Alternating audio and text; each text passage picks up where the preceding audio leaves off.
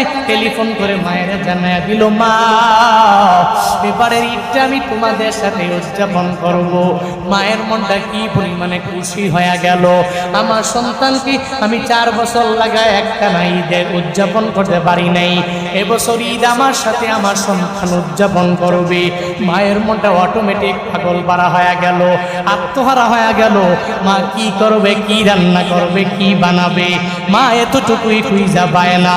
স্বামীরে জিজ্ঞাসা করে, ও স্বামী আমার, তুমি বাজারে যাও, দামি দামি গোশতগুলো কিনে আমার সন্তানের জন্য নিয়ে আসবা, পিঠাপুলি বানানোর জন্য যা কিছু লাগবে আমার সন্তানের জন্য তুমি নিয়ে আসি। বাবাটাও কত মায়া লইয়া বাজারের মধ্যে যায় সন্তানটার জন্য যা কিছু কিনলো। সন্তান ঈদ উদযাপন করবে, বাড়ির মধ্যে আসবে, সব মাল সামানা নিয়ে বাড়ির দিকে যখন রওনা করলো, সন্তানটারে টেলিফোন